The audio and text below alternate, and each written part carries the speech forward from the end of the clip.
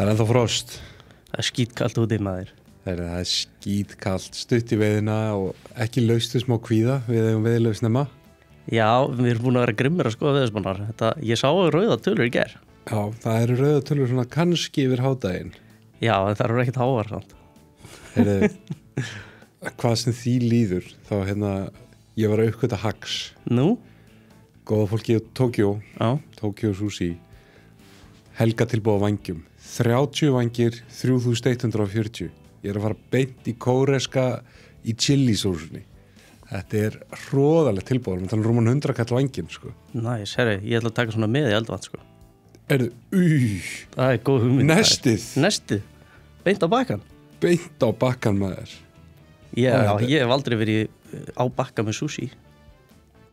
Sushi bakka á bakkanum, maður? Sushi bakki á bakkanum. Nei, ég held að það hljóta steinlíka. Ég ætla að fara henni í laxatartarinn. Já, ok. Herri, chicken katsu. Mér skýt saman að það verið kallt, sko. Nestið bara græja. Já, mér skýt saman að það verið kallt og eitthvað. Ákveður líka sálir með Tókjó. Já. Herri, svo það góðvinur okkar í Veiðiflugum á Langholtsvegi. Þeir eru konum með nýtt. Það var að lenda. Við erum búin að bíða lengi. Uppselt heima fyrir, ekki selt út fyrir heimabyggðir. Þessa nýju vöru sem eru Oros tökuvaranir. Við kíktum hann til strákunum daginn og ég pröfaði, tók bara smá Maxima bút, klift af, sett á. Akkur er þetta svona létt? Þetta fárlega létt. Maður bjóst við þetta verðið, þú veist, næs, minni flækir og okkur dóti. Ég bjóst ekki við þetta verið svona létt. Þetta ótrúlega létt og þetta náttúrulega skrúa svona inline og ég var eitthvað að taka einhver taumatest og svona með púlmæli helgina og það staðar enda gamla góðu þingamabópurinn, hann minkar slitsterk taumaðnis. En Orosinn, ekki neitt. Sami styrkur, inline og bara allt eins og það á að vera. Þetta eina leiðin, kíkið á strákana. Rífið þetta út. Ég held að þetta fari allt bara og Sko, það kom einhver slatti en Andri sagði okkur strax takið Ég tók strax það sem ég taldi við þurfa fyrir sumarið. Ég veit að þegar þetta fyrir að spyrjast út þá ríkur þetta út úr hillunum og það ekki alveg séð með byrðastöð á þessu. Nei, ég orðinn aftur svolítið spenntur fyrir búbaveiði með þessa. Já. Vésteinn líka minni flækjur. Minni flækjur, það það sem þetta snýst um.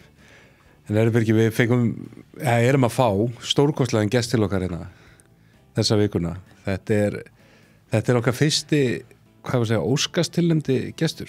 Já, eina sem ég að hugsa, hann seti ekki eitthvað út á setupið myndaðalarnar og svona. Já, hann væri nú kannski bara jafnvel eitthvað sem þetta að taka til ykkar ef hann deilir einhverjum gullkortum með okkur. Við gerum það sannarlega, sko. Vonandi að hann glott ekki bara að hlæja ykkur. Já, það aldrei að vita. En þetta meistarinn á baku djöflægina Englar Allemsins og börn náttúrunar Friðrik Þór Friðriksson. Og veiðimaður, sko. Og veiðimaður og ég tók mér nú til og hlustaði á ævisöguna einhvern tímann og hann var byrjaður ungur að veiða sjóbleikju í sjó á Grænan Tópi þegar hann var í sveit sem krakki og gott ef hann segir okkur nú betur frá þessu sjálfur en hann náði að hafa meira upp úr því að veiða og reykja silung heldur en það sem hann fekk fyrir kaupamennskuna í sveitiri. Ok, hann hlakka til að heyra þetta ævintýri. Friðrik mikill veiðmaður og síðast en ekki síst mikill sagnamaður. Já. Ég rakst á hann á förnum vegi á föstudaginn á Iceland Wildlife dinurnum þar sem við sátum bak í bak og mér var strax ljóst þá af sögunum að þetta maður sem við þyrftum að ræða við. Já, og hér hann mættur. Hér hann mættur. En við klárum þetta. Það Viking léttölið sem stendur með okkur. Bílkaldur, bestu bílkaldur og þetta nú alveg tveggja bauka þáttur ég þóra að lofa. Allavega, sko. Og svo það náttúrulega síðast en ekki síst, það lúp, baggið, ekki á bakkan, aftur í vasan, í dolluna, hliðin á hurðinni, allstaðar nema á bakkan eða út í ána.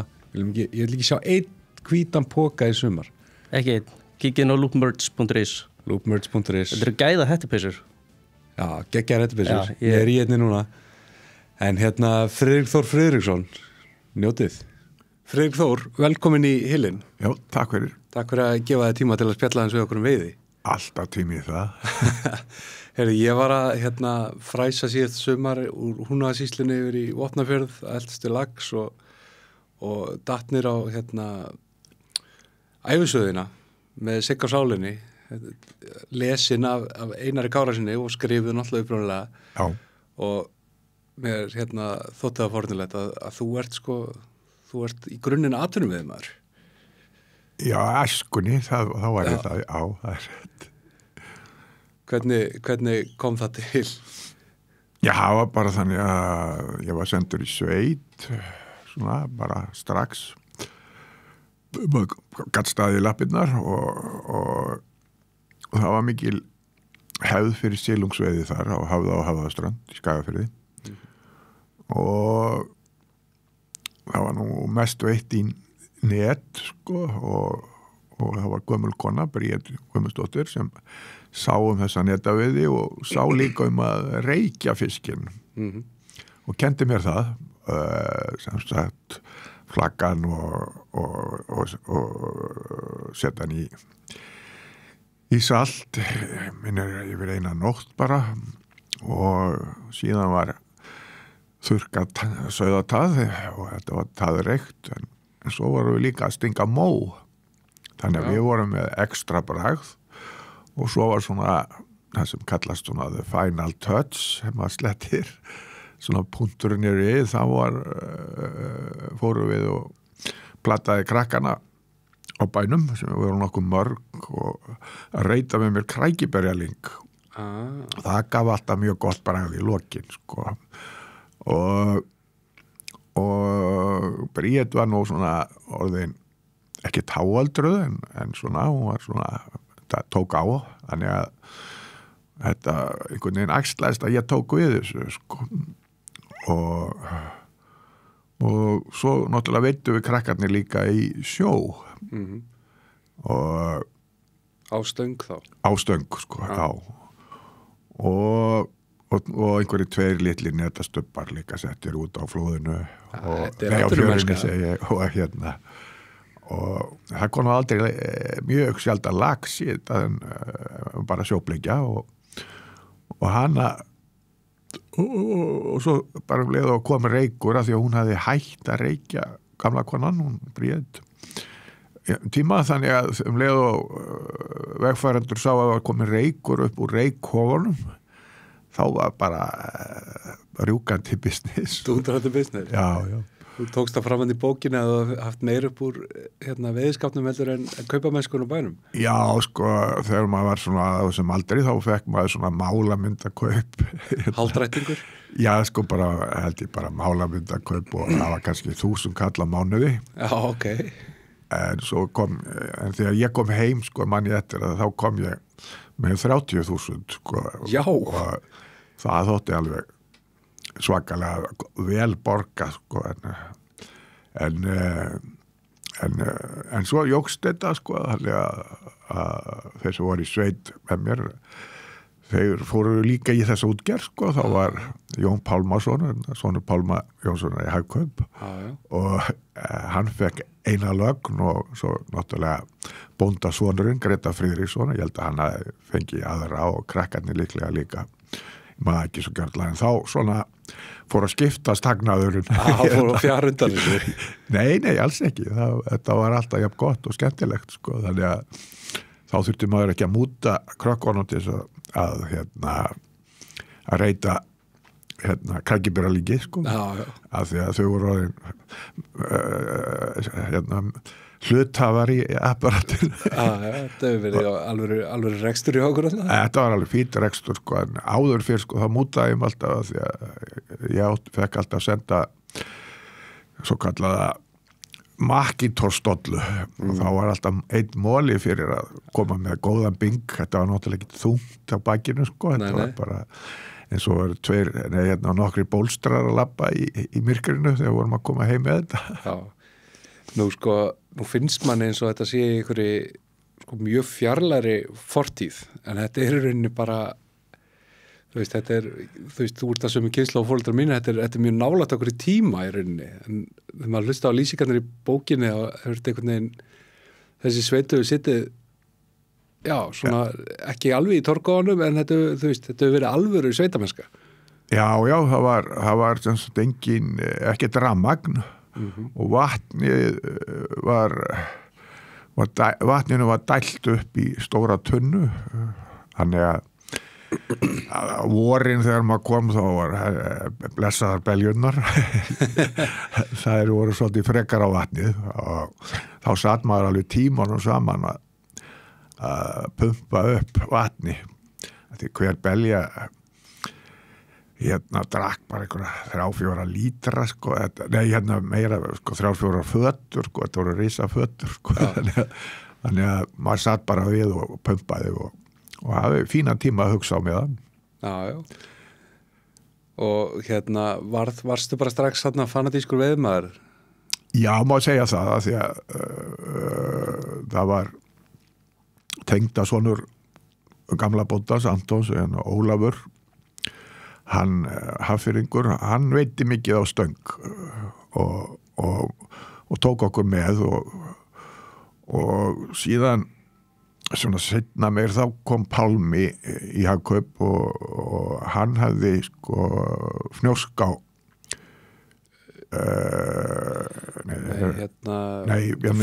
Flókadalsá hann segi ég á leigu þannig að Flókadalsá í Skagafirði í Fljótum í Fljótum og hann kendi okkur svona umgangast laxina virðingu af því að þegar við komum að þessu sko að áni þá var eiginlega svona einn veiðistaður þar sem við sáum strax laxa og við ætlum bara að grýta á þá og heldur væri bara svo bleikjan og svona svolítið æstir í agnið en fljótlega áttaði maður sig á því að þetta var viðkvæmar sálir og þetta umgangast að virðingu þannig að hann kendi manni svona fyrst að umgangast lax Pálmi sko. Þetta er svona, einmitt haft djúpsta áhrif á því að upplifa þessa gömlu íslensku sveit. Ég held að margir veiðmenn sem eru að hlusta á okkur kannistu atriði úr bíódögum þar sem að bóndi veiði bara bleiki með höndunum sko. Já, það er Anton Jónsson, þetta er bara fræg saga á honum. Áin var náttúrulega gjöful á en það var náttúrulega bara veitt í vörpu sko í ósnum og bara dreigið fyrir og svo var smalað þegar pappi var bóndi þarna þá smalaði hann bara niður í vörpuna og síðan var þetta sendt á vörubíl söður á Hótel Borg og þótti mjög góðu fiskur af því að hann var fullur af marfló sko, þannig að það var eldrautt kjötið alltaf en Tóni fór það var einhver englendingur að kvarta hann hafði bara fengið einn á flugurna og vantaði kannski 2 fiska í viðbót hvort hann ætti eitthvað á netunum þá sagði gamli að hann skildi bara að labba með honum að áni og tjaldinu hann fór bara undir bakkan og kastaði svona 2-3 upp á bakkan og sagði would you like to have some more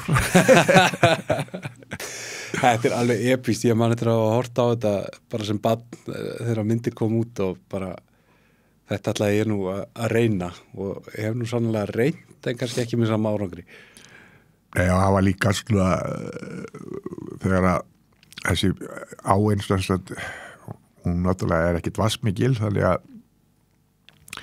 að faðir minn sem kom alltaf á hverju sumri hérna, hann var áður bóndi hérna og þá sagði Anton við mig að þú verður náttúrulega að passa upp á að hafa bleikju af því að hann fer klukkan 8 í fyrramálið með rútunni, þannig að þú verður búin að viti og ná í almennilegar bleikjur handónum og ég sagði já, ég gerði það og þá lagði ég fyrir ósinn 2 net, 2 svona litla stubba og svo kom ég heim kvöldið og ég sá í sama herbyggi og hann spurði, hvar lagður netin? Ég sagði, ég lagði bara beint í ósinn þá sagði hann, þú fær bara ruslið og óþverjan úr ánni þá hún er alltaf að ryðja niður lingi og drasli og viðarsköpum úr byrki og þetta verður allt í vesinni hefur greið mitt svo fór ég klukkan 6 morgun að vitjum og ávoru þarna bara stæðstu bleikjur sem ég séð það voru svona 9 og 12 punda jú, af algjörða hlussur það er eitthvað smá bleikjur og verið eitthvað mjög aldraðar sko, því að það eru að verið þarna á sandinum í fleiri ár greinilega að regna sko. Og svo kom ég með þetta og upp í kallin alveg og vaktan með þessu og sagði hérna er drullan úr ánni Vá, þetta er náttúrulega sko draumafiskur runni sko. Já, þetta voru skrýtlar maður, þetta var Orðna vel tentar og... Já, það voru furðulegar sko. Hálfgerður ódráttur kannski bara. Ég fannst það svolítið, já. Ég var að greiða þetta úr, mér var ekki saman puttana sko. Ok, en þú ert þarna strax komið með hérna veiðibakteríuna og búin að kynnast aðeins lagsveiðinni líka, en svo tekum við svona töffara tímabil, svo hjá svo mörgum, þú fer í framhaldsskóla og kvikmyndabrasið allt á sumrin og svona. Hvar vitjar veiðidella eins og aftur? Já, maður skrapp alltaf svona öðru hvoru eitthvað, sko. Þannig að og með bróði mínum Þorleifi Friðriksinni stórulaxa og svona það gekk alltaf eitthvað bara allt í lagi sko. Fengum við 2 lax alltaf og svo byrjar þetta ekkert aftur fyrir að svona viti fyrir að ég fer að veiða á Gíslastöðum það sem að brúar á og Hvítá Árnessýslu blandast saman sko. Fornfrægt laxveiðisæði?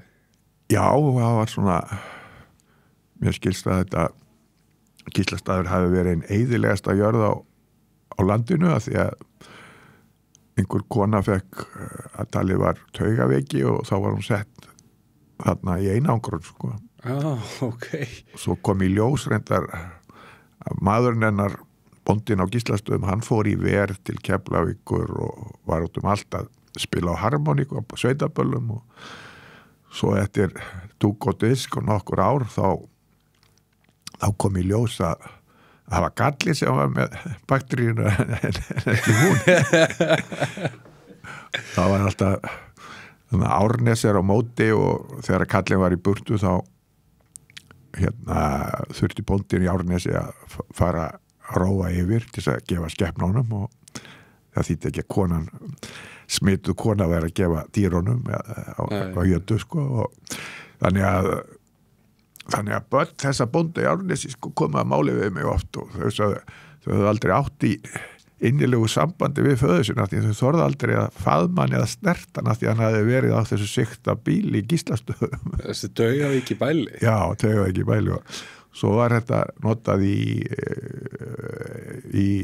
kvenréttindabaráttu þessi saga að því að landlæknir bara gekk út frá því að það væri konan sem væri sýkt. Já, það var kallinn allan tíman. Já, það var kallinn allan tíman. En þannig var sem sagt þetta fólk sem kom til maður þarna og hafi verið annarkvort í sveit þarna eða hafði ættingja þetta. Það var bara lifað á laxi sko. Það var bara saltaður lax allan vetturinn sko. Já, í tönnur. Það nú ennþá stanguðið þarna, ég held að Palli í veiðhúsinu sem er þetta leigu og bara komast færra að vilja. Já, það er ennþá alltaf einhver veiðið þarna sko. En ekki eins og var í gamla daga sko. Það var alveg þegar flóðið kom þarna 99 þá held ég að alltaf hafi eyðilegst og náttúrulega netaveiði náttúrulega geysilega mikil hann neðar í ánni sko, í Ölfusanni og neðst sko. Ég man eftir þau vorum að taka byrjunarættir í Englum alheimsins. Hestana? Það er 99. Já, það er hestana. Það hætti ekki að söndunum hérna við Hraun. Og þá lágu netadræstur þarna allt og alveg svakalegir boltar í þessu. Í alvöru tala? Já, þegar hann rataði ekkert sko fiskurinn, hann náttúrulega bara, þetta var bara drulla úr Hagavatni fyrir ofan Gullfoss sko. Já. Og það bara, ég held að hann hafi bara aldrei gengið bara eitt eða neitt sko, ég held að það hafi bara verið þessi laxar sem voru í sjónum sem venduð þennan stopp sko. Þannig að náttúran hefur svona tricks til þess að venda sig gegn þessu sko. Já, hún hetsar sig gagvart einhverjum svona áföllum með einhverjum stragglers en þú nefndir Hagavatn fyrir ofan Gullfoss en þú hefur nú reynt stanguð í öðru Hagavatni á Snæfellsnesi reyndir þar að leggjast í útgerð líka eða svona, kannski ekki útgerð en einhverja stangveiði. Já, við vorum nokkur í félagar sem Ívar Gissurason vinnu minn og var að formaður Árvakurs knattspyrnufélagsins. Við keyptum þetta með Ólafi Hauk og fleirum og ætluðum til að við erum hérna í sælu að veiða á stöng en þetta var mjög erfitt að veiða þetta á stöng að mikill gróður í þessu vatni sem hefur meira að toga menn niður og dreppið sem hafa reynt að synda og þetta þetta er svona og svo bara lækur og hún heiti eitthvað Netá minnum sem rennur úr og svo eru lækir upp með öllu og sem eru fullir af bleikju en staðbendur bleikju Þetta tengist allt sjó í gegnum þá Staðará eða ekki? Já, svo rennur þessi Netá rennur í Staðará sko. og hérna og þegar við keyptum þetta þá sögðu gömlu mennirnir og einn af þeim var vinur minn úr kirkjugörðum Reykjavíkur að því að ég vann í mörg ár við að reisa leggsteina yfir fólk frá þessi Helgasinni og hann tjáði mér að þeir voru upphaflega með 80 net í þessu litla vatni og þá gekk rosalega vel veiðin og þá, ég held að fiskbúin hétt Sæbjörg minni mig og var hérna einhvers staðar hérna í Tryggvagötu eða þar og þeir sáu bara Reykjavíkur fyrir þessum spekveita sjóbirting bæði á vorin og á haustin og voru eins og ég sagði með 80 net og drápu og seldu og það var mikil útgerð en við höfum enga trú á þessu og það var komið veiðifélag sagðan því miður og við mættum bara vera með 12 net og þannig að við lítum ekkert við netum til að byrja með sko og svo var þetta svona furðulegt að það gekk allt eftir sem gamlingendur höfðu sagt það bara smækkaði fiskurinn þegar við byrjuðum þá var hann svona 4, 5 og 6 pund og hann bara fór alveg honni í pund og þá fórum við að byrja að taka mark á kollunum og það kom bara strax leið og við vorum búin að veiða svolítið eitt sumarið ekki stanslaust sko, en svona vorum aðeins duglegir í veita og þá komum margir svona eins og 2 punda fiskar og svo strax sumarið eftir þá var komið bara yfir 3-4 pund og svo bara 5 og 6 sko. þannig að við vorum alltaf aðeins að Þetta hefur verið bara offsetið greinilega sko og líka eftir svona stórfenglegt dráp með 80 net sko fara svona í 12 sko þá þetta er bara svo kvalurinn hérna kringum landi sko núna er allt fullt af kval og hérna þannig að menn varum bara aðeins að hlusta á náttúruna sko Einmitt. Já, þetta bara allt sunnavert Snæfellsnes var bara rosalegt sjóbirtingssvæði, bæði vorum rosalega göngur í Straumfjarðaráfi sem maður og þó þetta lifi nú einhverju mynd þá náttúrulega ekkert eins og það var og svo er náttúrulega ekki allt með Staðará komið í ykkur eignarhaldskrísu núna og fáir eða engi fá að veiða og eitthvað svona? Jú, ég held, já, sko það er eitthvað milli sem sagt kirkjustaðarins og hann á held ég að brúnni en svo flóði tilheyrir held ég að hluta til þó ég sé ekki mjög fróður en það jörðin heiti Traðir og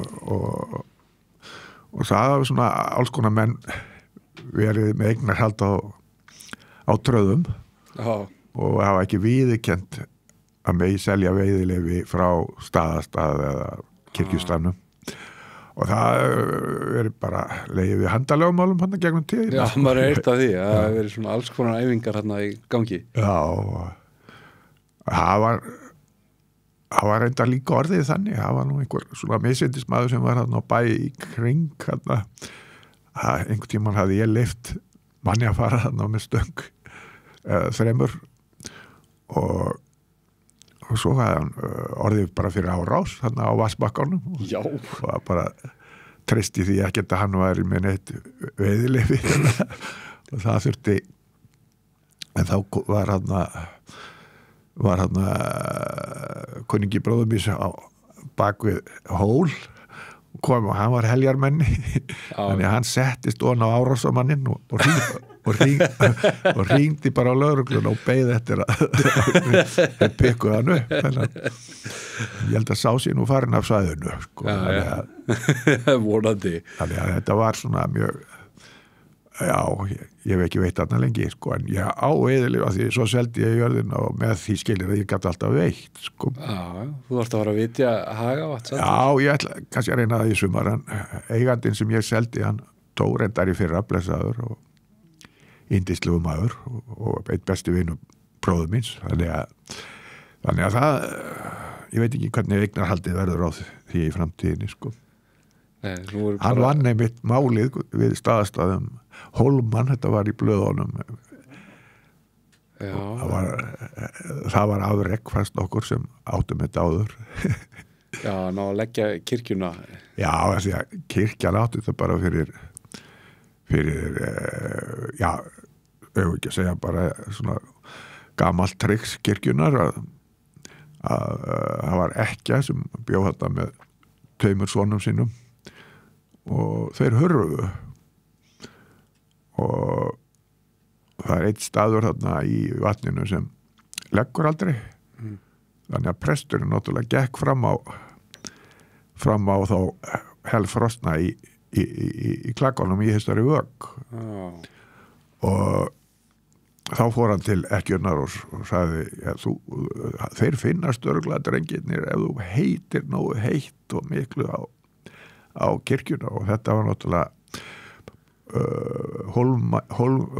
hólminn út í vatninu hann gaf náttúrulega mikið æðadún, það er alltaf æðarfuglarna út í mikið hrunnindi fyrir presti í dag var mikið hrunnindi fyrir presti og þannig að hún sagði ég á nú eiginlega ekkert nema kannski hólmann og þá okkur ekki að setja hólmann í til Guðs og þá náttúrulega vísaði hann á drengin og hann fekk hólmann og þessu náði Kári vinur minn sem keypti að snúa við nokkrum öldum síðar Þetta alveg magna þetta náttúrulega einhvers konar bara mikil saga kirkjunar og að svona einhvern veginn að sölsa undir sig alls konar fríðindi Jú en bændurnir hafa getað sittið á þessum æðadún í nokkur 100 ár þá Nei, þeir voru alltaf að þvælast þarna prestarnir þegar við vorum hann sko. Séra Runúlfur hann var duglegur að sjá þetta ég held líka Skarpi Guðjón Skarpi Já, einmitt hann var hann að prestur Já, auðvitað, prestur hann ég svo hann hafi lent í þessum traðar gæjum Já, ok, alveg pottið einhvern veginn æxlast það þannig, Friðrik, að þú ert að veiða mest þarna, hvað er við að segja, frá Skjálfanda að Opnafirði í Laxinum í seinni tíð, hvernig gerist það? Já, það er svona minn svona einn af mínum svona bestu veiðufélögum Erling Ingvarsson tannlæknir hann var mikið að veiða þarna í Hafralóninu og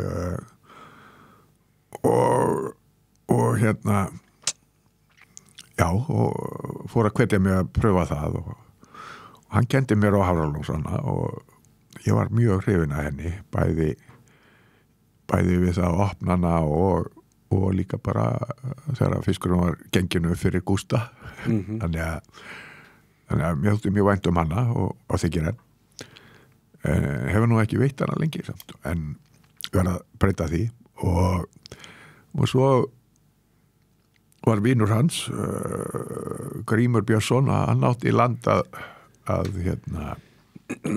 miðfjara á í Bakkafirði þannig að við samanum oft þessa túra að fara í miðfjarana og Hafralónið Það tóku bara alveg reysu Já, þetta var svona og þetta var bara ansi fínar ár báðar og meðferðaráin var svona frekar minni og léttari stundum þegar hún var vasslítil sko, en svakalega flottir veiðistæðir alveg bara skrúður til dæmis í þeirri ás ég heit flottasti veiðistæðir í Evrópu sko. Já, ég hann inni sko. Hann svo kolklikkaður að þú getur skengt hann á ofan sko, og það alveg fisklaust svo leið og kasta fluguna á þetta það var alltaf fiskur hann einhvers staðar á milli steina eða þú sér þetta ekki sko. Nei. Og það eins og í Hafralóninu það alveg svipað svona gen í þessum lögsum sko, þeir eru svona hvað var að segja langir með stóra styrlu og sterkir alveg þú getur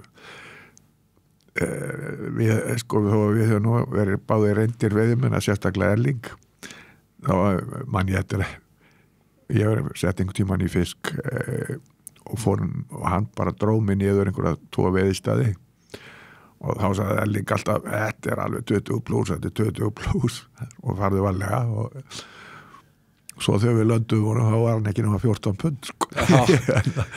Þannig að þetta eru svona vaxtalagið á þeim svolítið sérstakt og að náttúrulega fara upp alls konar fossa þannig að genin verða alveg svakalega sko, sterkur fiskur sko. Skemmtilegur fiskur að fá sko. Þéttir og flotti fiskar djúpir. Já, þeir eru svolítið svona þeir eru svona slánar sko. Já, ok. Þeir eru ekki svona boltar sko, heldur. Þeir eru gerðir til að hoppa upp fossa og flóð. Já, þeir eru þannig sko, og þessi styrla líka óvenju stór sko. Já. Og hérna, já, þannig að mér báðar þessar ár svona mjög skemmtilegar. Já, svo náttúrulega hefur verið veitt þarna líka Ormarsá og Sandá og þetta er kannski allt svona svolítið svipað að eðlisfæri. Jú, ég 2012 setti ég stærsta fiskin sem hefur komið í Ormarsá. Já. Það var hreiðar hérna sem var með annarlegu þá. Þá sagði hann, þið eru helvíti hefnir, ég var með Magnúsi Árna Skúlasinni, hagfræðing og þau eru helvíti hefnir, þau eigi fitjahylinn bara á fyrstu vakt. Þar 30 plus fiskur, stærsti fiskur sem við höfum séð í ánni og við svona hlóðum að þessu og sagðum að þetta væri nú örugglega eitthvað djókur hjá þeim. Já. Svo þau löpum að hérna ánni þá bara, að hylnum þá bara þurrkar hann sig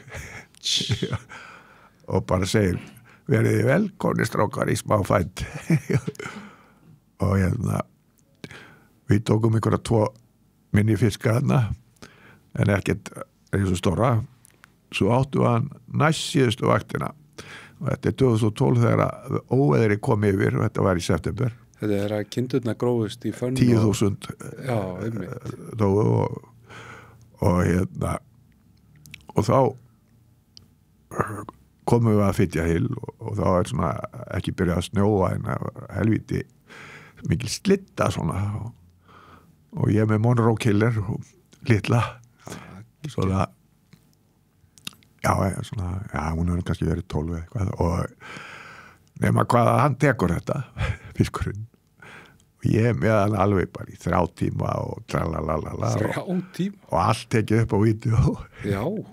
Magnús tók þetta allt upp og svo þegar ég ætlaði að labba ég var alveg bara frosinn þá ætlaði ég að labba fett fyrir fett og bara landa þessu og þá fór Magnús að taka mynd af honum þegar hann er komin á þurrt sko.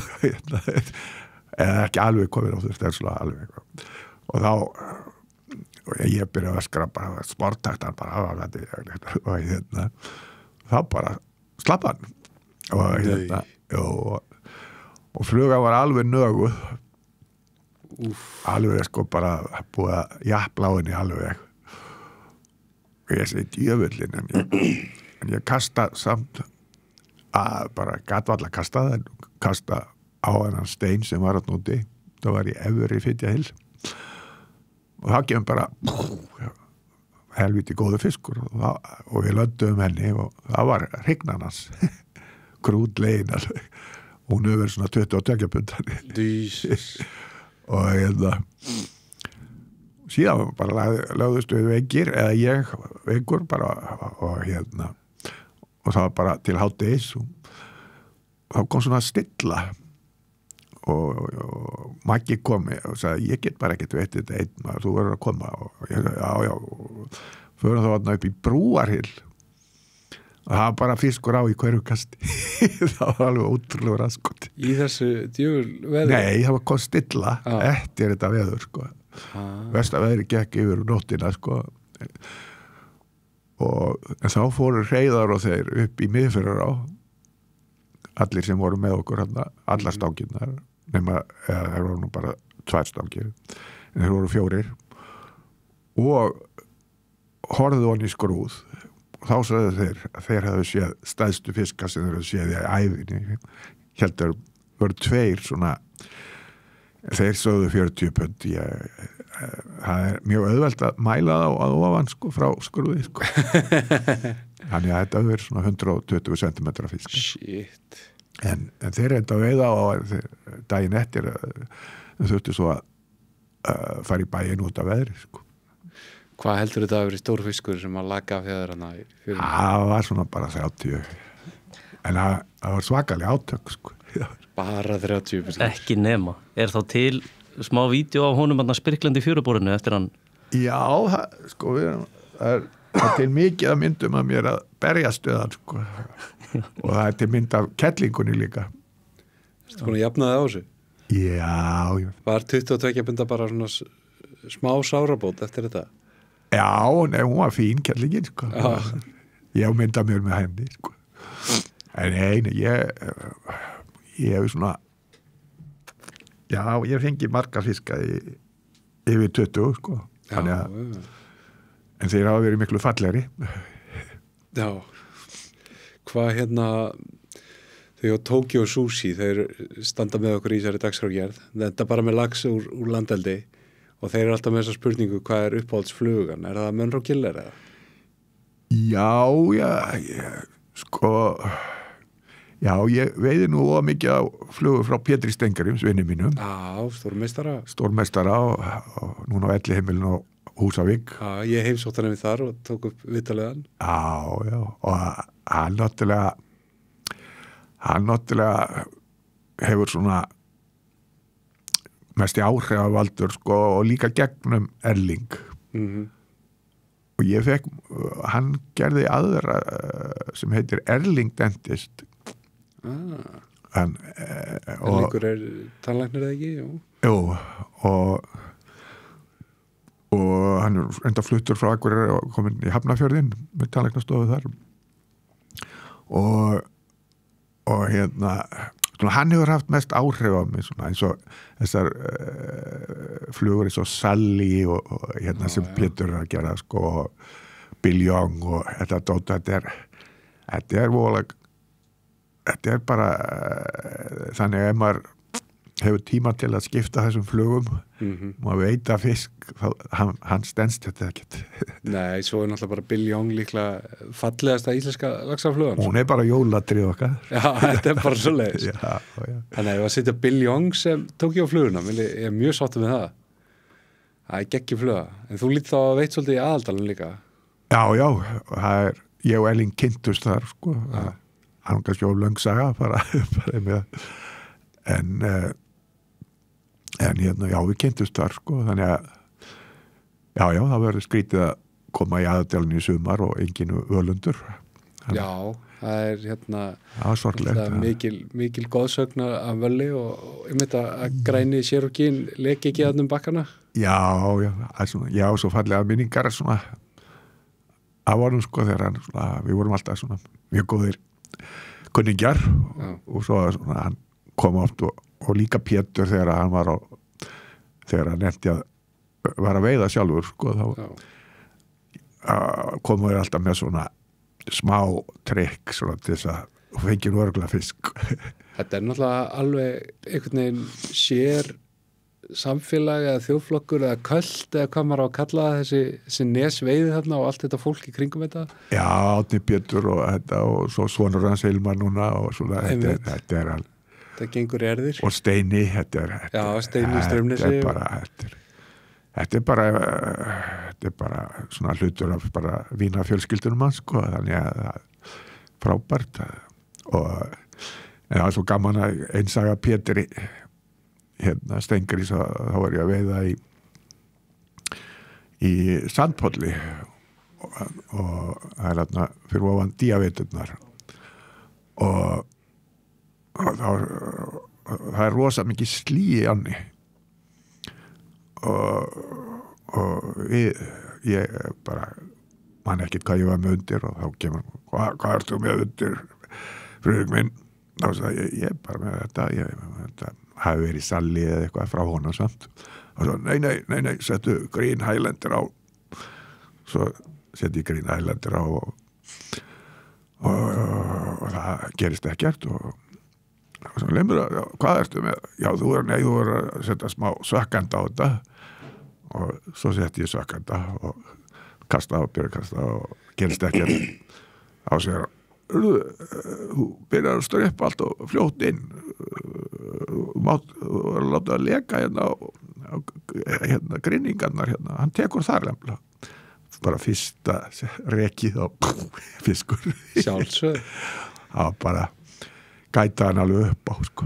Já, ég vilja sko kynnast Pétri hérna á þessum tíma því að þessi bókans veldu flugu er alveg velja sér flugu, já, er alveg geggjuð sko, ég man að ég satt fastu með hana jólin 2003 á Kýpur í einhverju svona sólalandaferð sem var svo ekki sólalandaferð því að það var engin sól á Kýpur en að lesa þetta mitt, þú veist, þegar hann er að rýna í ef að þokan er þarna og þú sérði ekki þessa vörðu við þennan stað og þegar að græni flöturinn ánni ber í hæðina óserinn, það er óserinn þetta er alveg já, líka þegar sólin er komin hérna niður í Grundarhólmar og Strandadarþetta já, einmitt þetta er alveg geggja sko þetta er alveg, svo er þetta best að vita að þetta virkar allt já, einmitt sko, það er bara maður gleymir þessu stundum sko já, hann er náttúrulega klálega haft eitthvað touch sko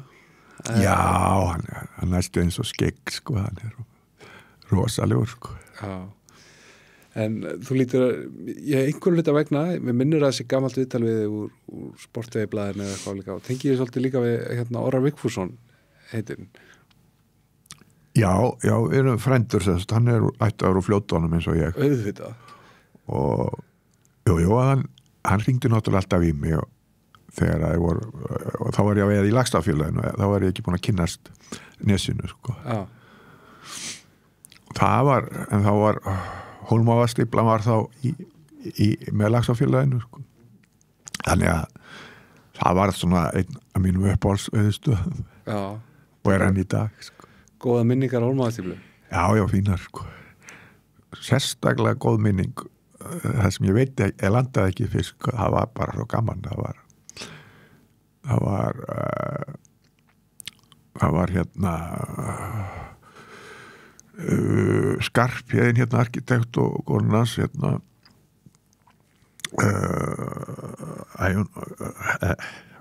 Nordal hérna Árnastofnun nú er Salvör Nordal systrinnar upp í haustum á mér hún mun ekki fyrirgefa mér þetta en þau voru að veiða sko við vorum semst saman með 2 stangir sko og þetta komin alveg í júli sko lok og þau voru alveg í mjög skemmtilegum laxi þarna neðst og ég komst aldrei yfir og þannig að þau sagðu þegar þau kom í land að þú mátt bara eiga Hólmavastífluna alveg sko og og leiði ég kemur upp í Hólmavastíflu þá er þarna svona á horninu efst sko, ekki bátinn sem er alltaf fiskur alveg efst sko, þar er svona 23-5 punda hrygna sem fer bara alltaf í fluguna en tekur hann aldrei þannig að ég ákvað að kvílita og ringi í Erling og hann bara kemur á blússinu sko. Og síðan vorum við bara að leika okkur við þessa hrygnu í bara alveg til klukkan 1 og hérna alveg heilan morgunar í því.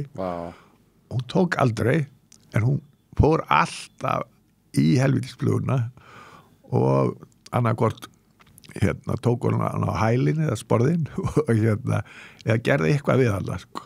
En tók hann aldrei sko. Þetta var alveg stórkostlega skemmtun. Þetta var nóg fyrir ykkur hennar morgunin. Við vorum alveg í skíunum og við tölum átt þetta er svo falleg minning sko. Þannig að þú ert ekki svona kannski komin yfir það að þurfa endilega að fá fisk í magni eða stærðum eða... Nei, í fyrra þá vorum við í aðaldalum saman ég og Erling og Jón Gunnar bankasýsla ríkisins sá frægi maður og nýfrægur og við vorum eiginlega komnir á það sko að það er bara miklu skemmtilega að missa fisk heldur en að landa ég misti 14 já, og landaði bara 2 og þetta var svo gaman sérstaklega að við vorum að ég man ekki hvað en er mjög erfiðu staður aðlandarindar það er þarna berghýlur eða sko neðanfossin og svo brúin sko hann fer oft undir brúna og menn lendi í einhverjum alls konar ævintýrum en við mistum 6 þar sko. Samt sko var þetta orðið svolítið seint sko, þetta var allt nýgengi fiskur og alveg svakalega sterkur og skemmtilegur sko. Og fóru flestir niður fyrir sko, bara út á breiðuna og mistu það þar sko. Þetta er nú þroskamerki Friðrik að hérna, þú sért ekki laxár, ég veit ekki hvernig ég hef tekið þig að missa 30 pundara í flæðamálinu með hérna veiðifélagann standandi á kamerunni yfir honum sko eða þá að missa 14 í einum túr. Já, nei, það er bara fínt sko. Þetta voru misgrunnar tökur en allar hann undir, hvað heitir þetta ekki? Bjargstrengur. Bjargstrengur, já. Við bara byggjum aðaldals kallan afsökunar og erum að fara með fleipur. Já, en svo breiðan bara fyrir nýðan sko. Og hérna en það er mjög erfitt að þú þarf bara að tósast á við fiskin ef þú ætlar að fara að missa niður fyrir þá er hann nú farinn sko. En það er bara gaman þá er langt í og þú ert með hann alveg lengst niður frá sko. Ef þú gefur honum eftir sko. Ég hef aldrei veikt sjálfur hérna verið neðan fossa það er eitthvað sem við verðum að bæta úr Birgir. Já, hvað er það? Bakkastrengur, kemur skriðuklöpp, svo brúin og bakkastrengur. Hvað er það? Nei, þetta heitir eitthvað. Já, er það ekki eitthvað bjargstrengur? Bjargstrengur. Við stöndum og föllum með því. Ég held að þetta sé bjargstrengur. Því að þetta er bjargið bara og svona og... Já, við finnst ég kannast við það nafn á þessum slóðum. Já. Hérna, þú veit segja mig sögu úr kitchen pool í Hafralónsá. Ég veit nú ekki hvort sé að koma þér í vandræði hérna með að nefna þetta, Friðrik. Að þú er sko... Já, enda við 4 ára skilnaði.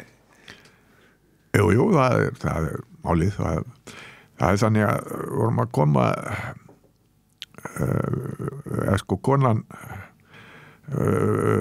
hafði engan að hóa á veiði og ég var að segja henni, það er bara svo gaman að vera út í náttúrunni og svona lalalala og þú bara lest bækur á meðan og bara svo kallanir alltaf með fínan mat, þú ert ekkert að snerta neitt sko, bara enjoy the nature sko, og þetta er fallegt sko, sérstaklega að þau förum upp á heiði og svona og svo bara komum við þarna miðja nótt og vorum svolítið lengi að finna helvítis kofan, þetta er allt í myrkri þarna sko og nema hvað að þegar við vöknum þá er bara miði á eldhúsborðinu og segir við erum farnir upp yfir og líklega upp í Gústa og Stabban og allavega farnir upp yfir en þú bara veiðir í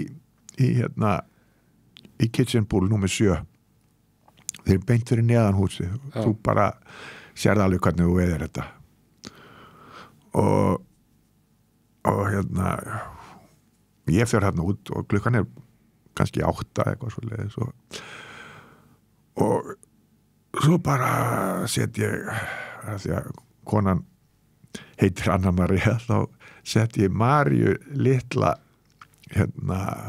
pínu litla túpu á og gríti þessu alveg yfir og bak við stóran stein og það bara kemur þessi rosa taka bara í svona 3. kasti og bara rífu sig niður eftir öllu. Var svona grinningar hérna fyrir hann og hann bara buslaði niður allt og ég sá að þetta var ekkert venjulegt flikki og hann fer niður 3 veiðistæði eða 4, við endum í 5 sko, 6 fórum gegnum þetta allt og þá bara hérna öll undirlínan að fara bara og þó að ég hefði sko, að konan hefði sett mig í world class. Ég spila sko fótbolta 3 í viku úti og hef gert í nokkur ár og svo voru 2 dagar lausir og hún setti mig í liftingar og engaþjálfara og allt í world class þess að tóta, þannig ég var í alveg hörku formi, þannig að ég gætt hlaupið þetta alveg endalaust niðrettir nema bara fiskurinn hafði betur og ég veit ekkert hvað ég á að gera nema ég set bara í fulla brensu og þá kom svona eins og spænskur blævangur af því að þeir eru með svo stóra sporð þessi fiskar. Það kom bara feskur andværi þegar hann sneri sér sko. og bara strönsaði upp aftur og þannig ég þurfti að hlaupa aftur og hafa alltaf kontakt við hann upp alla heilin aftur og þá klukkan orðin svona 8:30 og svo leggst hann akkurat hinum megin, akkurat það sem hann tók eða svipaðum stað hinum megin á bakkanum og það var mikið í ánni þannig að maður var ekkert að vaða þetta sjálfur og vissi ekkert hvað það var heldur og svo stendi þarna bara og held fast í bara stöngina og þá kemur konan niður og segir, hvað kallar þetta veiða? Þú bara stendur hérna, þú ert ekkert að veiða og það einn stæðsti fiskur Íslandssögunar hinum megin jæja, og svo bara labbaði hún upp í húsu hattur og las aðra bók kom svo niður svona 9:30 og það þú bara stendur hérna eða og gerist ekki neitt ég meina, það ekki fyrir þá sért hann feitur og hérna hvað, ég held að menn væri hérna alveg að kasta flugu og dalala, já, þeir eru að kasta sko til þess að fá fiskinn á sko, og þá þessi fiskur bara snillingur, hann bara líklega búin að vefja sig kringum stein og bara lagstur þar og býður eftir að ég geri mistök eins og að fara að tósa eða eitthvað og hún fór aftur alveg bara með fílusvip og svo kom hann aftur 11:30 og 11:30 og alltaf var hún búin að lesa heila bók á milli sko. Svo 11:30 þá segi ég þá misti ég mig og segi bara nú dröllar þú hérna upp í hús og hérna og segir að það kallarni koma að ég þurfi hjálp ég sé hérna með risafisk hinum megin og þeir komu loksins niður hérna og klukkan var rúmlega 1 og bændurnir komnir eða sko Siggi heitin í Hvammi var komin og hérna og var búin að ná í sá alveg að þetta var risafiskur og var búin að ná í landa sem hann ætlaði að gefa mér þegar ég var búin að landa fisk og hérna svo koma þeir og bera mig yfir þetta var líka alveg það svona pollar í þessu þetta var nefnilega þó nokkuð mikið vatn í henni sko svona djúpir pollar sem fiskurinn venjulega leggst í sko Svo komum við að honum, þá þetta bara alveg svakalega fallegu fiskur og hann var nákvæmlega eins og ég held að hann búin að veðja líternum í kringum stein og bara lá alveg örgur sko. Bara beið svo segir Erling að ertu tilbúin í næstu orustu við hann búin að hvíla sig hérna í 4 tíma, hann alveg óþreyttur núna sko. Og ég segi já og svo kemur þessi tannlæknar puttar í líterinn og vefja ofan af og hann tók ekkert stökk eða neitt sko. Hann bara gerði svona aðeins hliðar moment með hausnum og sleit líterinn við sáum hérna fyrst svo við reyndum að mæla hann þaðan af því að flugan var þessi litla var ennþá í honum þannig að enda þetta var alveg svakalega fiskur og hann var langt yfir metrinn sko. og við mældum hann þar og ég sagði náttúrulega 120 en hann var þannig ekki sko. en það var svona 20 pundur, hann var bara svo sterkur sko. Já, nýgegin Já, alveg nýgegin og fallegur sko. En hann veitist ekki og Já, og svo komum við í bæinn og þá sagði ég nenni þess ekki má ég ekki taka bílinn bara og ég sagði, jú og við skildum bara í 4 ára eftir Það ágætt að náða einhverju sættum hann eftir 4 ár Já, svo var þjóðverji sem tók þetta mjög nærri sér sko. Martin heitir hann og ég veit mikið með honum og Erling bæði í öllum þessum ám hann hefur ekki komið lengi sko. En hann ætlar að koma núna næstunni og ætlar þá koma með Klose, markaskorara Klose, Miroslav Klose Já, hann veiðmaður og hann besti vinur hans sko. Já, hann magna og við vorum einu sinni að veiða í Aðaldalnum og þá var rosalegt slí og kallinn kunni mjög illa við vorum saman á stöng sko. Það nú alveg hægt að láta það fara í töðunar á sig sko. Nei, bara einhverja og og græna eins og Pétur segir grín hellutirinn og það bara allt grænt sko. Og svo Árni Pétur var svolítið sár sko, að kallinn væri svona góðu kunni sko, og væri svona full sko. Ég var ekkert full sko. Við vorum alveg búin að veiða venjulega svona, missa svona 5 og landa 2 sko, og þetta var bara business as usual sko, og kallinn var alveg brjálaður samt var hann líka búin að veiða allt í lagi sko. Þannig Árni segir það Amerikanar að kona á einhverju þotu og þeir ákvaða að gista í man ekki hvað það var einhvers staðar, þetta bara Egilsstöðum einhvers staðar þannig að þeir megi fá kvöldvaktina bara ykkur til þá sagði kallinn, ég hef engan á því bara þetta hundleðilegt þá sagði ég nei, Martin minn, þú verður bara að kenna Lilla þetta og trikkinn, hann eitt besti veiðmaður sem ég veit með hann rosa, hann kom fyrstur með sönregin, með apahárum og veitu, hvaða maður er þetta, Martin ég man ekki hvers svona hann Nei, hvers svona, einmitt hann frá Bremen sko, þeir eru vinir frá Werder Bremen einmitt en anyway þá segi, þú verður bara að kenna Lilla þú átt það alveg ég meina, ég er búin að keyra þig af því að ég var á bílnum og svona, hvað er þetta þú fá smá kennslu og þá sagði kallið allt í lagi og svona með seimingi og þetta er eitthvað skemmtilegast vakt sem ég hef farið á sko. Það er alltaf þessi bónusvaktir sko. Nei, hún var sko, þetta var kvalklikað því að kallinn er svo klár og og við byrjum í Tjarnarhólma og þar sagði hann já, kastar bara sönreginum í ölduna og strippar hann eins hratt og getur ég gerði það og þá kom bara svona auglýsingamoment sko, þá komu þeir og niður úr öldinni og við lönduðum yngum en þeir kom alltaf svona löst á þetta var bara eins og að vera í einhverju auglýsingu sko. eins og oft með sönregin er svona koma eftir henni og kolva sér yfir að náða þess að snerta hana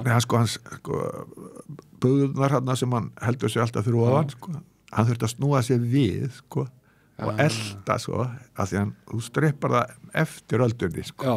Og þá kemur hann út úr öldunni, þetta er mér fegurstu sjónum sem ég séð sko, í Laxveiði sko, og hann hitt hann oft ekki sko, en það var alltaf í henni eitthvað og bara þetta var alveg stórkostlegt og ég hefði alveg farið heimsáttur bara með þessa minningu. Svo fórum við þarna niður í Símastreng sem að ég hef nú bara veitt einn fisk allan þessu ár og þar veitum við annan, svona lítinn og slettum við þetta og svo endum við í Grundarhólma og þá segir kallinn ég ætla nú kannski að reyna þetta, ég sýnist vera stórfiskur hérna og hann byrjar alltaf með Sunray og þá sáum við bara að það komu bara, það var svona torfa af stórfiskum en einn var sínu stæstur svona 40 pundari og við bara kláftum hver á annan og svo sagði já, nú ert þú orðið næstur sjálfur sagði ég og bara gjörðu svo vel taktu þennan, það verður bara einn fiskurinn það verður svo mikið læti og hann fær fisk á það var bara eins og semenspokki sko. Það var stæsti fiskurinn í heil sko. Og þeir voru svo ofalega sko. Þeir komum bara skutust á eftir þessu sörrei sko, og svo bara og hérna svo tekur þessi fiskur og bara slettir á okkur og verður bara, þetta var alveg svakalegu gussugangur kallinn missir hann bara strax, hann bara fer og kallinn brjál, hann var tens áður og bara straujar í burt á bílnum mínum ég var búin að reyna að róa hann og sagði, hann tekur eftir 20 mínútur þessi fiskur, sagði og hérna og hann sagði, nei, hann tekur ekki þetta sást ekki guðslugangin hérna, það er bara allir þessi fiskar eru fartir ég sagði, nei, þeir eru hérna og svo fór ég ekki að kasta en hérna, séð Black and Blue einhverjum hjá mér svolítið stóra sko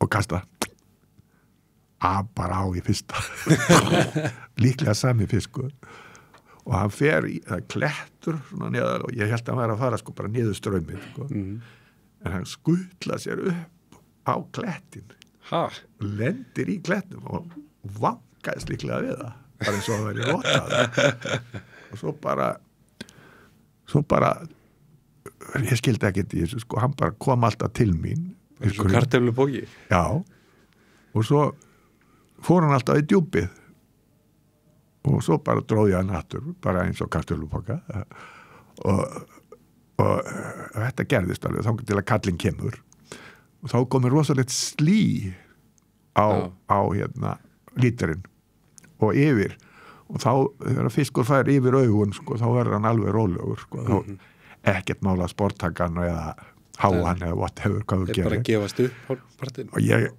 þá segir kallinn hérna, já ég skal taka slíð af honum og svo tók hann slíð af honum og þá fór hann alveg en ekkert nýrættir sko, bara alltaf onni í djúpið hann sko, efst í Grundarhólmi sko og svona gekk þetta til að aftur komið sko svona 16-20 kílóa slí þá fer kallinn og ætlar að fara að taka þá bara slitaði bara líturinn undan slíinu sko. En þá sagði hann þú bókar hann ég snerti líturinn fljóttir í það ég þorði það ekki við bókuðum hann ekki Þannig að þú eru mættið með þessum geðstýra Þjóðverja og Miroslav Klose í aðaldalinn næsta sumar Já, ég veit ekki hvað það verið næsta sumar en já, ég held að Klose er eitthvað að þjálfa kannski mér minnir að það hefur verið afsökunin síðast en já. Erling veit þetta miklu betur þeir eru sko aldavinnir sko Erling og Martin Tressi Þetta er stórmerkilegt þú ert meira fyrir að missa þessa stóru, Friðrik Ég finnst það skemmtilegri saga Það er alltaf vest sko það Það er alltaf, sko, ef maður landar þá eru þeir alltaf bara 99 cm, sko. Það eru alltaf bara 90 pund. En ef maður missir þá eru þeir kannski 30. Það, ég kann einmitt sögða því, sko. Já, gott það.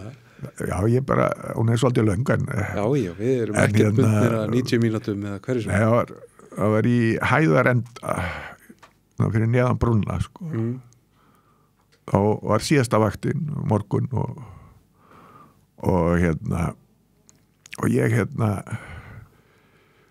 fekk einhverja 2 fiska og það var ekki, mér minni bara, já, það var ekki byrjað þetta veið og sleppa þá, þetta er mjög gamalt, sko. Já, allavega ekki skilda, sko. Ég held ég hafi sleppt þessum fiskum að því að svo seti ég í eitt svona 19,9 pund, sko, og er bara fastur, sko. Þetta er nýgengin hengur, alveg svakalega sterkur, og ég með hann þetta í svona 2,5 tíma þangað til að allir fara í mat og ég er ennþá með hann, sko, þegar allir eru farnir og það er bara að fara að óttast mig, sko. Og þá hafði Ingi Hrafn verið með einhvern ritstjóra í New York Times og hann keyrði þarna upp og var bara að fylgjast með þessu, þeir höfðu svo gaman að fylgjast bara með þess þar í baróttu, því að fiskurinn fór ofan í lygnuna, svo fór hann upp aftur, sko. Þannig að einhvern veginn æxlast að þannig að Erling títnefndur, hann kemur að hjálpa mér við þetta og endar að við förum út á bát, sko, í lygnuna þarna undir. Hann bara dró bátinn eins og ekki neitt, sko. En við löndum honum að lokum og þá spegir Erling að sleppa honum eða allar að drepa hann. Ég er búin að vera í 4 tíma með þetta helvíti, við drepum hann og setjum hann í reik hjá Stjána og Hólmavæði og gerum það og svo voru nú eitthvað að vera að sulla hana nóttina og var alveg döð þreyttur eftir þetta. Nema hvað að ég fer með fiskinn í reik til Stjána og svo því ég kem hana að ljósa vatni og þar þá mér fara að sifja alveg svakalega. Þannig að ég segi við sjálfum mig, já, ég ætti að leggja mig því ég kem að yfir á hann hól þannig. En ég sofnaði og vakna þegar að bíllinn er bara að velta. Þannig að ég gef, þetta var Cherokee 8 cylindra vél og ég gef hann bara inn og hann bara þeytist út á vatni eins og hraðbátur. Nei, og bara í ljósavatnskalinn út á ljósavatnið? Já, út á ljósavatnið og sekkur þar. Og ég var bara heppilega að var rafmagnað þá í helvitis rúðunni, sko. Farþegar mig, ekki hjá mér, sko. Og syndur út úr bílnum? Já, synd í land og þar tók Erling á móti mér. Slappst alveg frá þessu? Já, ég slapp frá þessu. Nema hvaða þegar ég kom að ná í fiskinn og taka draslið úr veiðidótið úr bílnum, hann var alltaf að gera ónýttur og þá kem ég til Stjána og ég var á Bleysirjeppa. Þá sagði gamli maðurinn, Friðrik minn, ég sé að það er engar sjónpípur á þessum.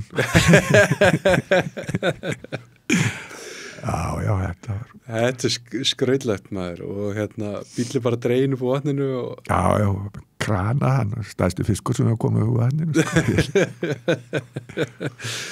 Þetta er yndislegt. Ég heyri að þú ert uppfullur að góðum við þessu, Friðrik, og ég ekki laust að ég þurfa að taka Erling félaginn í spjall líka. Já, hann kann vera nokkrar. Já, en hvað ætlar að fara að veiða í sumar? Ég ætla í Aðaldali náttúrulega, það er bara fastiliðir eins og venjulega. Já. Og svo ætla ég í Jöklu. Já. Ég var svolítið óheppin í Jöklunni. Ég fekk COVID leið ég kom í hús. Nei, anskotin. tapaði, ég var búin að borga veiði og mat og allt en þurfti að fara þetta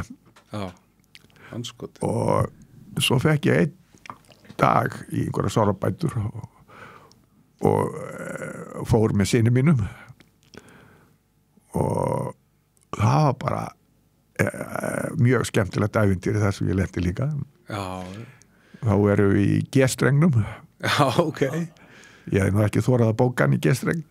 Það flottu veðurstaður. Það var geggjaðstaður og við erum úti í miðri á, tekur þessi svaka fiskur bara ég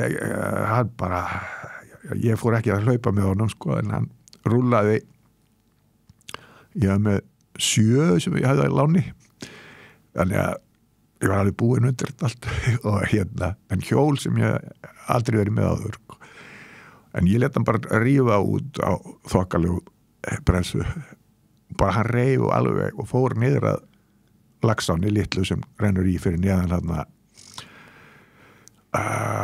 Klapparhill heitir hann og svo kemur bara Laxáin ósinn þar og hann fer allavega þangað sko. Þá fer ég svona að fikta við hann, ég var hræddur að það er svo mikil straumur þar fyrir neðan já, hvað hleypa nú ekki þangað. Við erum líka að tala sko, þetta er jökla, þetta er svolítið vegaleit sko. Nei, og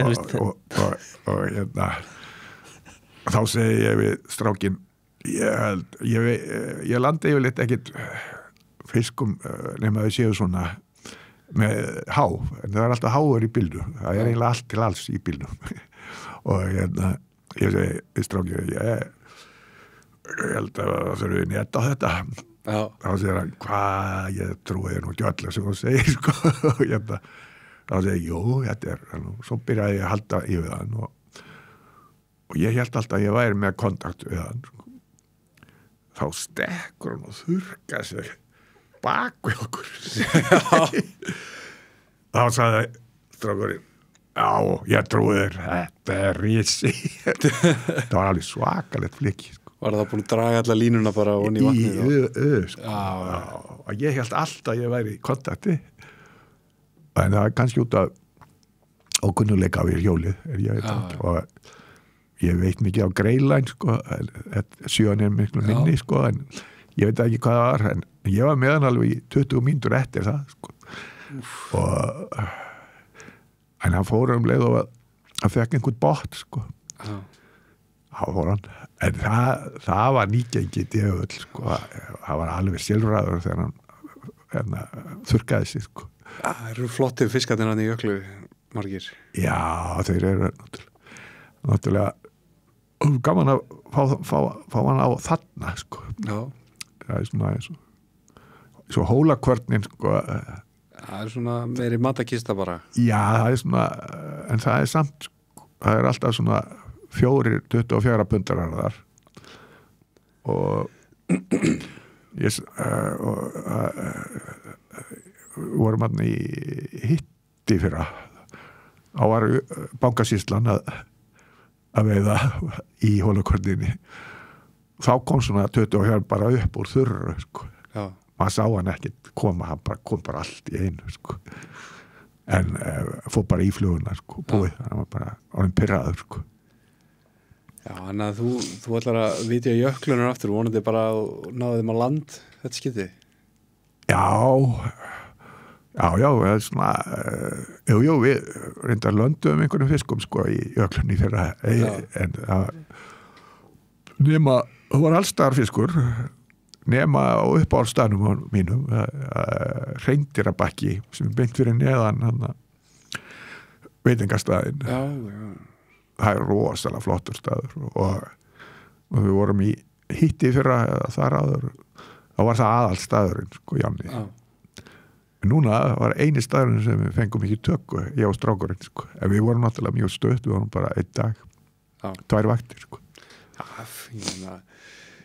mann er hlakka til að prófa þetta Birkir, þú nú verið eitthvað annað Já, samt ekkert mikið maður gæti að eitthvað 10 daga en það kýtlar alltaf í mér sko að fara aftur í jöklu Já, ef þú ferð voni í hólakvörn sko, það er fyrsta skipti það er svo tilkomið mikið að vera í þessum klettum Já Það er stór broti landslag sko Já, það er bara Það eru vatn til að kasta á Já, og svo hann sko eitt árið hann alveg hinum megin við bakkan og svo út í miðjunni eins og í fyrra þá var hann bara í miðjunni þannig að það er líka allar stærðir þarna sko. Já, skemmtilegt projekt hjá hann frestið þarna að rækta þetta upp. Já, og svo fer ég í Laxá í Kjós, já, í september allavega, þetta nú það sem komið og það var eitthvað að tala Erling var eitthvað að tala að fara í Hafralónið einhvern tímann en ég veit ekki hvað það stendur það er milli hans og Gísla.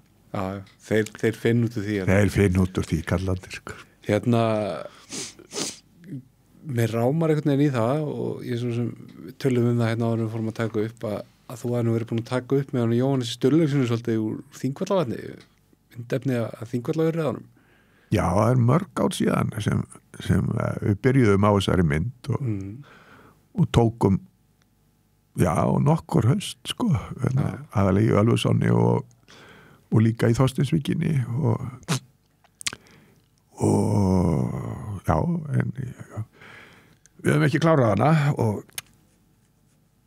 ég veit ekki hvað verður úr sko. Ég hef ekki talað þetta við hann lengi. Nei. Ég kom bara þannig niður í Hafnar síðast í hitta þá var ég að skoða hann gám sem hann safnaði fiskunum í Norðlendingafljótið og Já, einmitt sagði að þeir voru bara keyrður í límósinu og væri alveg óþreyttir og væri gaman Já, nú Jón svo skemmtilegu maður og það verið gaman að sjá þetta myndefni sem að til þetta er náttúrulega einstaklega forvitnileg skepna þessi Þingvallavatni. Já, hann var reyndar líka hann er ekkit fælinn sko, hann er alveg saman kammerur sko. En það betra? Það er betra. Það er reyndar, það er að furðulega við lax sko. Kamera sjæ?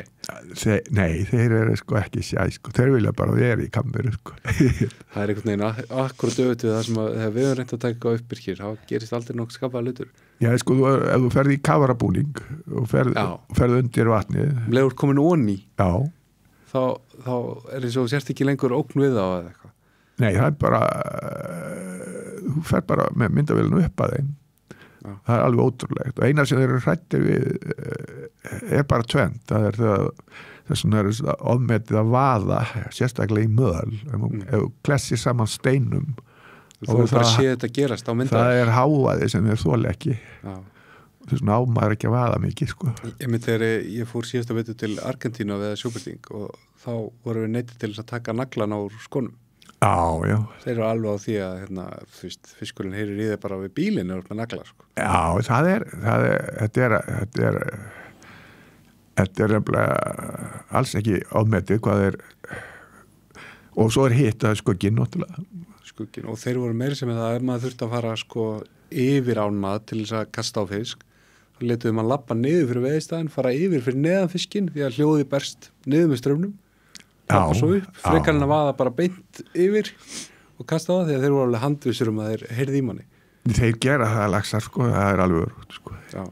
Síðan er samt líka svo magna við það, maður hefur séð þetta sjálfur lappað kannski ekki snirtilega veiðistað og eðalagt fyrir manni, síðan hefur maður séð aðra búin að fá sér smá í tá með soundbox á bakkanum og taka þrjálaxa.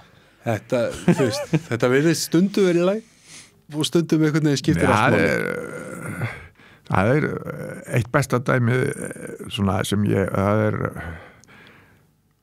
maður er svo oft lent í svona hitabilgjum hérna fyrir norðan sko. Svona 20-60 hitum rafsuðu sól eins og Artur Bóðarsson kallar það og þá var Erlingin í Þvottaströng í Laxá í Adal og hann fekk sér bara bað þetta alltaf síturullugur maðurinn og mann hefur leist ekki á þetta og þeir sem voru hinum meina stöng voru svona frekar fúlir svo fór hann bara svona þurrkaði sér svona og aðeins og fór í nærbuxurnar og kastaði bomb 14 punda hrygna. Það er nú þetta einhvern veginn við laxveiðina sem er heillandi eins og við vitum að við vitum ekki neitt. Nei, það líka, hann gerði þetta líka í Litlá, ég semst orðið tvisvar vitnaði þegar hann hefur baðað sig. Ok. Og ég held að hann hefði ekkert baðað sig öðruvísi, sko, en það var í Litlá og þá fekk hann 2 laxa sem nú mjög sjálfgætt í Litlá. Já. Við þurfum að fara að baða okkur oftar, Birgir. Ætlaði að sé með eitthvað feramón þessi Ellingur félagið sem var það er eitthvað sexapíl við það, sko. Þetta er allt hrygnur, sko. Já, þetta er allt hrygnur okkur reiknast til okkur Birgi að þetta sé þetta er 61. þátturinn af Hillum og áður við byrjuðum með Hillin þá kom ég að útgáðu sem heitir Flugukastið og okkur reiknast til að þetta sé 100. þátturinn sem ég tek upp Stákuð og það er bara sannur heiður að fá þig sem gest. Já, það er ekki gull.